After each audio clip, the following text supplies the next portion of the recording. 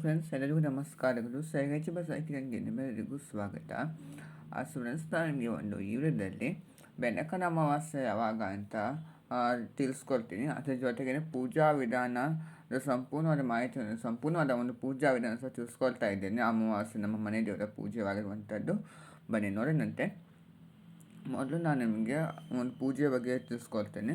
ಒಂದು ಮನೆ ಮೇಲೆ ನಾನು ನಿಮಗೆ ರಂಗೋಲಿಯನ್ನು ತಿಳಿಸ್ಕೊಡ್ತಾ ಇರ್ತೇನೆ. ಅದೇ ರಂಗೋಲಿಯನ್ನು ನೀವು ಹಾಕಿಕೊಳ್ಳಿ, ಸ್ಟ್ರೀಮ್ ರಂಗೋಲಿ. ನಂತರದಲ್ಲಿ ಅದರ ಮೇಲೆ ನಾನು ತಾಮ್ರದ ಒಂದು ಪ್ಲೇಟನ್ನು ಇಟ್ಟಿದ್ದೇನೆ. ಅಕ್ಕಿಯನ್ನು ಹಾಕಿ, ನೀವು ಅಕ್ಕಿಯನ್ನು ಹಾಕಲೇಬೇಕಂತೇನಿಲ್ಲ, ಡೈರೆಕ್ಟಾಗಿ ಎಣ್ಣೆ ಇಟ್ಟು ನೀವು ಪೂಜೆ ಮಾಡ್ಕೋಬೋದು. ಆದರೆ ನಾನು ಅಮಾವಾಸ್ಯೆ ಹುಣ್ಣಿಮೆಗೆ ಆಗಿ ಪ್ರತಿ ದಿವಸ ಸಹ ನಾನು ಅಕ್ಕಿಯನ್ನು ಇಟ್ಟು ನಾನು ಪೂಜೆ ಮಾಡ್ತಾ ಇರ್ತೇನೆ. ಅದರಿಂದ ನಿಮಗೆ ಸಹ ತಿಳಿಸ್ಕೊಡ್ತಾ ಇದ್ದೇನೆ. ನಿಮ್ಮ ಒಂದು ಅನುಕೂಲಕ್ಕೆ ತಕ್ಕಂತೆ ನೀವು ಪೂಜೆಯನ್ನು ಮಾಡ್ಕೋಬಹುದು. ತಾಮ್ರದ ಪ್ಲೇಟ್ ಮೇಲೆ 3 ಹಿಡಿ ಅಕ್ಕಿಯನ್ನು ಹಾಕಿಕೊಂಡಿದ್ದೇನೆ. 2 ವೀಳ್ಯದೆಲೆ ಮೇಲೆ 5 ಕಡೆ ಹಾಕಿ ಶ್ರೀಗಂಧ, ಅರಿಶಿನ ಕೋನ್ ಹಚ್ಚಿ ಅಕ್ಷತೆಯನ್ನು ಹಾಕಿ ಕಳಸವನ್ನು ನೀವು ಪ್ರತಿಷ್ಠಾಪನೆ ಮಾಡಿ. ಬೆಳ್ಳಿದ ಕಳಸ ಇರಬೇಕಂತೇನಿಲ್ಲ, ತಾಮ್ರದ ಸಹ ಇರಬಹುದು. ಪರಿಶುದ್ಧವಾದ ನೀರನ್ನು ಹಾಕಿ ಅರಿಶಿನ, ಕುಂಕುಮ, ಒಂದು ₹5 ಅಥವಾ ಬೆಳ್ಳಿ ಒಂದು ಕಾಯಿನನ್ನು ಹಾಕಿ, ನೀವು ಶುಕ್ರವಾರ ಮಂಗಳವಾರ ಯಾವ ಕಾಯಿನನ್ನು ಹಾಕ್ತೀರೋ ಆ ಒಂದು ಹುಣ್ಣಿಮೆಗೆ ಸಹ ನೀವು ಅದೇ ಕಾಯಿನನ್ನು ಹಾಕಿ ನೀವು ಪೂಜೆಯನ್ನು ಮಾಡ್ಕೋಬೇಕಾಗಿರುತ್ತದೆ. ಗಂಗಾಜಲವನ್ನು ಹಾಕಿ ಹಾಗೆ ಹೂ ಮತ್ತು ಅಕ್ಷತೆಯನ್ನು ನೀವು ಹಾಕಿಕೊಂಡು 5 ವೀಳ್ಯದೆಲೆ ಇಡಿ. ಚೆನ್ನಾಗಿರುವಂಥ ಒಂದು ಹೊಸದಾದ ಕಾಯಿಯನ್ನು ಒಂದು ಇಡಬೇಕು. ಮಂಗಳವಾರ, ಶುಕ್ರವಾರ ಹಾಗೆ ಹುಣ್ಣಿಮೆದಂದು ನೀವು ಕಾಯಿಯನ್ನು ಚೇಂಜ್ ಮಾಡಲು ಬರುವುದಿಲ್ಲ. ಕಾಯಿ ನೀರು ಹಾಗೆ ವೀಳ್ಯದೆಲೆ ಚೇಂಜ್ ಮಾಡಿಕೊಂಡು ನೀವು ಕಳಶಕ್ಕೆ ಹಾಕುವಂಥ ಒಂದು ವಸ್ತುಗಳನ್ನು ಹಾಕಿ 5 ವೀಳ್ಯದೆಲೆಯನ್ನು ಇಟ್ಟು ಅಮಾವಾಸ್ಯೆಗೆ ಇಟ್ಟಿದ್ದ ಕಾಯಿಯನ್ನೇ ನೀವು ಇಟ್ಟು ನೀವು ಪೂಜೆ ಮಾಡಬೇಕಾಗಿರುವಂಥದ್ದು. ಅದು ಮಾಡಬೇಕು ಸಹ ಹಾಗೆ ನಾನು ಸಹ ಅದೇ ರೀತಿ ನಾನು ಪಾಲನೆ ಮಾಡಿಕೊಳ್ಳುವಂಥದ್ದು. ಅಮಾವಾಸ್ಯೆಗೆ ಒಂದು ಸಲ ನಾನು ಕಾಯನ್ನು ಬದಲಾಯಿಸ್ತೀನಿ, ಹಾಗೆ ಹಬ್ಬಗಳಿಗೆ ನಾನು ಬದಲಾಯಿಸ್ತೀನಿ. ಆದ್ದರಿಂದ ನಿಮಗೆ ಸಹ ಅದೇ ರೀತಿ ನಾನು ಸಹ ತಿಳಿಸ್ಕೊಳ್ತಾ ಇರ್ತೀನಿ. ಹಾಗೆ ಅಮಾವಾಸ್ಯೆಗೆ ಕಾಯನ್ನು ಬದಲಾಯಿಸೋದು ತುಂಬ ಸೂಕ್ತವಾಗಿರೋದ್ರಿಂದ ನೀವು ಸಹ ಅಮಾವಾಸ್ಯೆಗೆ ಬದಲಾಯಿಸಿ.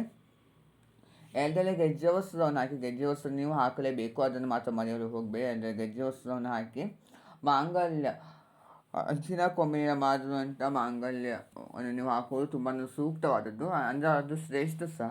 ಹಾಗೆ ಅವನವರಿಗೆ ನೀವು ನಿಮ್ಮ ಮನೆಯಲ್ಲಿ ಮುಖಪದ್ಮ ಇರುವಂಥ ಒಂದು ಪದ್ಧತಿ ಇರುತ್ತೆ. ಮುಖಪದ್ಮವನ್ನು ಇಟ್ಟು ಸಹ ನೀವು ಪೂಜೆ ಮಾಡ್ಕೋಬಹುದು. ಆದರೆ ನಾನು ಈ ಸಲ ಇಟ್ಟಿಲ್ಲ, ಸಿಂಪಲ್ ಆಗಿ ತಿಳಿಸ್ಕೊಡ್ತಾ ಇದ್ದೀನಿ ನಿಮಗೆ. ಹಾಗೆ ಆಭರಣಗಳಿದ್ದರೆ ಸ್ವಲ್ಪ ಮಟ್ಟಿಗೆ ಹಾಕುವುದು ತುಂಬ ಸೂಕ್ತವಾದ, ಅಂದರೆ ಒಳ್ಳೆಯದು. ಹೂಗಳಿಂದ ಒಂದು ಅಲಂಕಾರವನ್ನು ಮಾಡಿ 2 ದೀಪವನ್ನು ಸಹ ಹಚ್ಚಿರಿ. ಹಾಗೆ ವಿಶೇಷ ದೀಪಾರಾಧನೆ ಅಂತ ಏನು ಸಹ ತಿಳಿಸ್ಕೊಳ್ತಾ ಇಲ್ಲ. ಖಾಲಿ ಒಂದು ಪ್ಲೇಟ್ ಮೇಲೆ 2 ವೀಳ್ಯದೆಲೆ ಇಟ್ಟು 5 ಕಡೆ ಹಾಕಿ ಶ್ರೀಗಂಧ, ಅರಿಶಿನ ಕುಂಕುಮ ಹಚ್ಚಿ ಅಕ್ಷತೆಯನ್ನು ಹಾಕಿ 2 ಬೆಳ್ಳಿಯ ದೀಪವನ್ನು ಇಟ್ಟು ತುಪ್ಪದ ದೀಪವನ್ನು ನಾನು ಸಿದ್ಧತೆ ಮಾಡಿಕೊಂಡಿದ್ದೇನೆ. ಅಷ್ಟೇ ನಾನು ಈ ಸಲ ಇಟ್ಟಿದ್ದೇನೆ. ಹಾಗೆ ಪ್ರಸಾದಕ್ಕೆ ಅಂತ ಪೊಂಗಲ್ ಮಾಡಿದ್ದೇನೆ, ಸ್ವೀಟ್ ಪೊಂಗಲ್, ಅದನ್ನು ಇಟ್ಟಿದ್ದೇನೆ. ಹಾಗೆ ತಾಂಬೂಲ, ಎಲೆ ಅಡಿಕೆ ದಕ್ಷಿಣೆ, ಒಂದು ಮೂಸಂಬಿ ಹಣ್ಣು, ಹಾಗೆ ಇದು ದಾಳಿಂಬೆ ಹಣ್ಣನ್ನು ಇಟ್ಟಿದ್ದೇನೆ. ಹಾಗೆ ಕಾಯಿಯನ್ನು ಹೋದ ಅಮಾವಾಸ್ಯೆಗೆ ನೀವು ಕಳಶಕ್ಕೆ ಏನು ಕಾಯಿಯನ್ನು ಇಟ್ಟಿರ್ತೀರೋ ಅದೇ ಕಾಯಿಯನ್ನು ನಾನು ಪಕ್ಕದಲ್ಲಿ ಇಟ್ಟಿದ್ದೇನೆ. ಹಾಗೆ 2 ಲಿಂಬೆ ಹಣ್ಣನ್ನು ಸಹ ನೀವು ಸಿದ್ಧತೆ ಮಾಡಿಕೊಂಡು ಇಟ್ಟಿರಿ. ಮನೆ ದೇವರ ಮುಂದೆ ಒಂದು ಹೆಚ್ಚಬೇಕು, ಹಾಗೆ ಮತ್ತೊಂದು ಬಾಗಿಲಿಗೆ. ನಮಗೆ ಬೆನಕನ ಅಮಾವಾಸ್ಯೆ ಯಾವಾಗ ಪ್ರಾರಂಭವಾಗ್ತದೆ ಅನ್ನೋದಾದರೆ, ಈ ಬೆನಕನ ಅಮಾವಾಸ್ಯೆ ಸೆಪ್ಟೆಂಬರ್ 2ನೇ ತಾರೀಕು ಸೋಮವಾರ ಬೆಳಗಿನ ಜಾವ ಬ್ರಾಹ್ಮಿ ಮುಹೂರ್ತದಲ್ಲಿ 5:22 ಪ್ರಾರಂಭವಾಗ್ತದೆ. ಹಾಗೆ 3ನೇ ತಾರೀಕು ಮಂಗಳವಾರ ಬೆಳಿಗ್ಗೆ 7:26 ಮುಕ್ತಾಯಗೊಳ್ಳುತ್ತದೆ.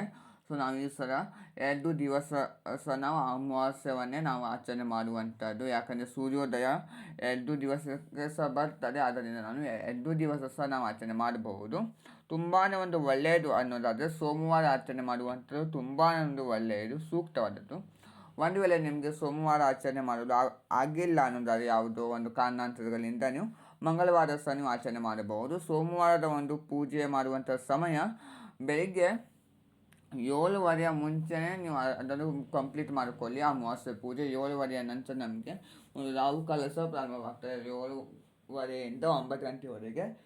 7:30 ನಿಮಗೆ ಒಂದು ಕಂಪ್ಲೀಟ್ ಮಾಡಲು ಆಗಿಲ್ಲ ಅನ್ನೋದಾದರೆ ನೀವು 9 ಗಂಟೆ ನಂತರ ಸಹ ನೀವು ಪೂಜೆಯನ್ನು ಪ್ರಾರಂಭ ಮಾಡ್ಕೋಬಹುದು.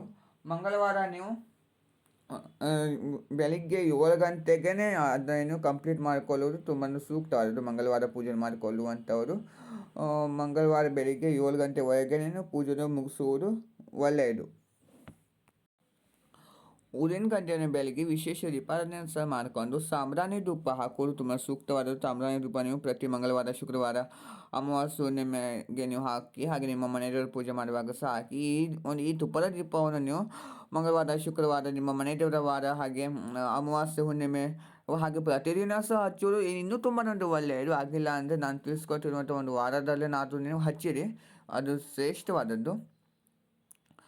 ನಂತರ ನೀವು ಈ ಲಿಂಬೆ ಹಣ್ಣನ್ನು ನೀವು ಹೆಚ್ಚಬೇಕು, ದೇವರ ಮುಂದೆ ಹೆಚ್ಚಿರಿ, ಹಾಗೆಯೇ ಹೆಚ್ಚಿಬಿಡಿ, ಮತ್ತು ದೃಷ್ಟಿಯನ್ನು ತೆಗೆದು ಹೋಗಬೇಡಿ, ಹಾಗೆಯೇ ಹೆಚ್ಚಿರಿ.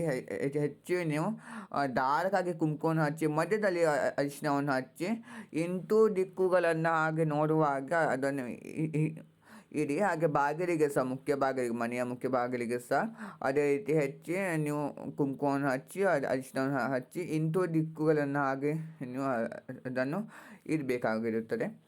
ಇಷ್ಟನ್ನು ಮಾಡ್ಕೋಬೇಕು ಪೂಜೆ. ಹಾಗೆ ನಂತರ ನೀವು ಒಳಗೆ ಬಂದು ಕಾಯನ್ನು ಹೊಡೆದು ಮಂಗಳಾರತಿಯನ್ನು ಮಾಡಿ. ತುಪ್ಪದಾರತಿ ಶ್ರೇಷ್ಠವಾದದ್ದು. ನೀವು ಮಂಗಳಾರತಿಯನ್ನು ಮಾಡಿದ ನಂತರ ತೀರ್ಥವನ್ನು ಪ್ರೋಕ್ಷಣೆ ಮಾಡಿ ಇಷ್ಟು ನೀವು ಬೆನಕನ ಅಮಾವಾಸ್ಯದಂದು ಪೂಜೆಯನ್ನು ಮಾಡಬೇಕಾಗಿರುವಂಥದ್ದು. ನೋಡಿರಲ್ಲ ಫ್ರೆಂಡ್ಸ್, ನಾನು ನಿಮಗೆ ಬೆನಕನ ಅಮಾವಾಸ್ಯೆ ಯಾವಾಗ, ಪೂಜಾ ಸಮಯ, ಸಂಪೂರ್ಣವಾದ ಒಂದು ಪೂಜಾ ವಿಧಾನ ಸಹ ತಿಳಿಸ್ಕೊಟ್ಟಿದ್ದೇನೆ.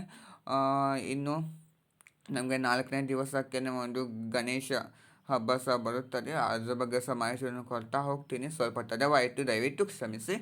ನಿಮಗೆ ಇಷ್ಟವಾದಲ್ಲಿ ಲೈಕ್ ಮಾಡಿ, ಶೇರ್ ಮಾಡಿ, ಕಮೆಂಟ್ ಮಾಡಿ. ಹಾಗೆ ಯಾವುದೇ ಕಾರಣಕ್ಕೂ ಪ್ಲೀಸ್ ಫ್ರೆಂಡ್ಸ್ ನನಗೊಂದು ಸಬ್ಸ್ಕ್ರೈಬ್ ಮಾಡೋದನ್ನು ಮರೆಯಬೇಡಿ ಫ್ರೆಂಡ್ಸ್. Thank you.